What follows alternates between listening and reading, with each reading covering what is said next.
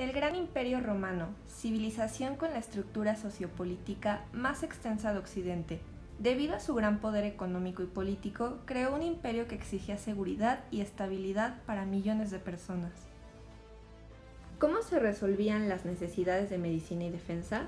¿Cómo se organizaban sus sociedades para defenderse? ¿Qué materiales y recursos tecnológicos utilizaban? ¿Cuáles eran las variaciones de una región a otra en las habilidades que desarrollaron por mar y tierra?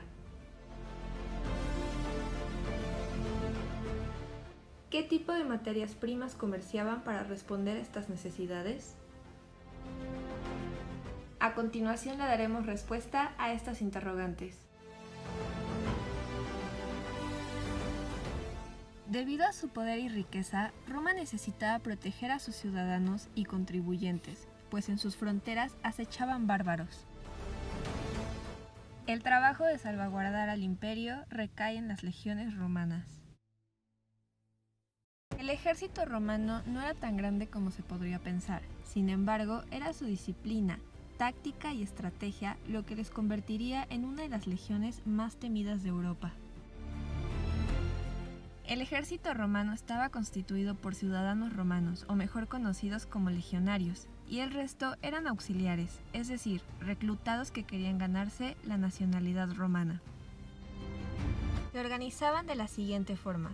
Un contubernio estaba conformado por 8 hombres. 10 contubernios formaban una centuria de 80 hombres. 6 centurias, aproximadamente 480 hombres, formaban una corte. 10 cortes y una caballería formaban la legión, es decir, el ejército romano de aproximadamente 6.000 integrantes. La legión era dirigida por el legatus legionis, que también era parte del Senado de Roma. Al principio los soldados contaban con trabajos básicos y fatigosos, como limpiar o recolectar suministros, hasta que con el tiempo ganaran las habilidades suficientes para obtener un puesto en el campo de batalla. Para la fabricación de la protección de los soldados se utilizaba principalmente el cuero, hierro y madera. Armas fabricadas de hierro, entre las cuales destaca el puyo, que era una pequeña daga de acompañamiento. Su gladius, que era la forma de denominar a la espada de combate. Además de otras armas auxiliares como lanzas y arcos. Lórica segmentada o armadura, la cual venía acompañada de una galia, es decir, el casco, ambos hechos de hierro. De igual forma, incluía un par de rodilleras fabricadas de cuero.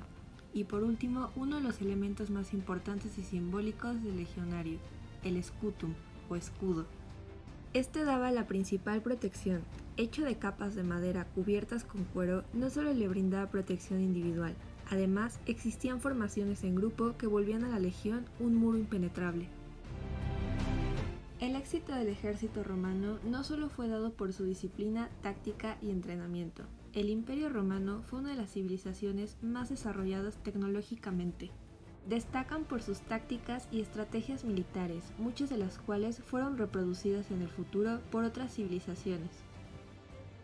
Defensas como la tortuga, el círculo, la flecha y el erizo. Otra pieza clave de la que poco se habla es el uso de exploradores encargados de reconocer el campo de batalla y fijar posiciones estratégicas. Los romanos construyeron carretas para transportar armas y suministros. También se inventó la balista, el antepasado del cañón, y en la arquitectura destacaron por su construcción de campamentos de defensa.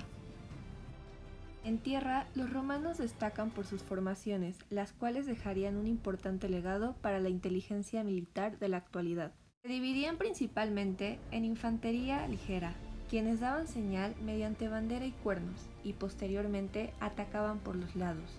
Fuerzas auxiliares, constituidas por arqueros y lanzadores de jabalina, quienes daban inicio a la batalla. La caballería, encargada de atacar la retaguardia, y la infantería pesada, quienes atacaban el núcleo del enemigo.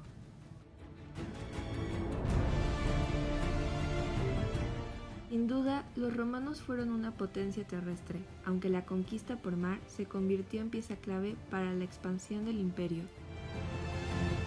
Roma se asentó en las principales costas, pues tenía un gran dominio del terreno marítimo, al punto de no tener rivales, solo se dedicaban al transporte, patrullaje y a defenderse de piratas. Para las batallas se hacía uso del tirrime, o barco de batalla. Entre sus estrategias destacaba el fuego romano, también conocido como fuego griego. Este fuego era letal para otras embarcaciones, pues no se apagaba con tanta facilidad ni con agua.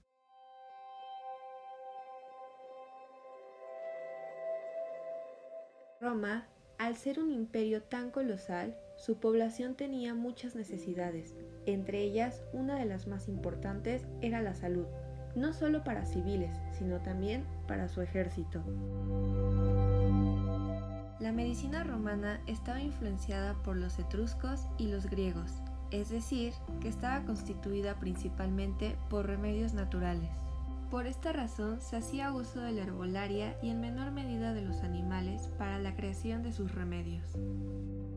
Más allá de la clínica y el diagnóstico, los romanos dieron un gran aporte a la medicina quirúrgica y hospitalaria. Incursionaron en los hospitales militares, los cuales eran tiendas de lona con sacos de paja donde el soldado podía ser tratado por el medicus, médico de gran prestigio. Y crearon las valetudinarias, u hospitales de la antigua Roma. Gracias a la medicina militar, los médicos romanos desarrollaron técnicas y artefactos quirúrgicos que hoy en día siguen vigentes, como los torniquetes para detener el sangrado, o el uso del escalpelo, mejor conocido como bisturí, para la extracción de proyectiles en el cuerpo. Absolutamente nada de lo ya mencionado hubiera sido posible sin el patrocinio del gobierno romano. El comercio fue uno de los motores más relevantes que ayudó a impulsar al imperio. La capital salía en la mayoría de vías de comercio. Gracias a la agricultura llevada a cabo por los ciudadanos se podía comercializar cereales, vid, harina, frutas y olivo. La medicina, la defensa y el comercio son algunos aspectos destacables de este impresionante imperio. Sin duda alguna, la influencia de Roma en la civilización occidental es indiscutible. Toda la información fue extraída de fuentes secundarias, incluyendo enciclopedias de historia, artículos universitarios, libros y documentales.